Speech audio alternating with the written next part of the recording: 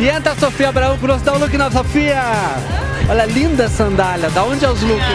Animale, toda Animale, Fala pra gente como é que tá a vida profissional, que tá bombando, né? Pô, tá uma maravilha, né? Fora todos os meus projetos que eu já tinha começado antes da novela, como o blog, a música, a novela também foi uma surpresa que tá muito legal de gravar, um clima muito bom. E hoje você é aqui na São Paulo Fashion Week, como é que tá aí? Só visitando ou vai largar alguma coisa daqui também? Não, a gente sempre tá de olho, né? Eu tenho um blog de moda, eu curto muito esse assunto, então eu nunca venho a passeio pro Fashion Week, eu sempre venho pescar algumas coisas. Sofia, como é que é o teu conceito de moda? Na hora de comprar as tuas produções, o que tu pensa?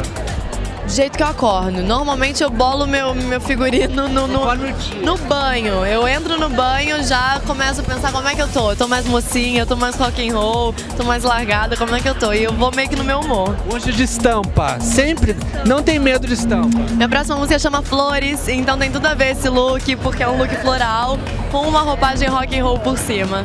Obrigado. Obrigada a você. Tchau, tchau.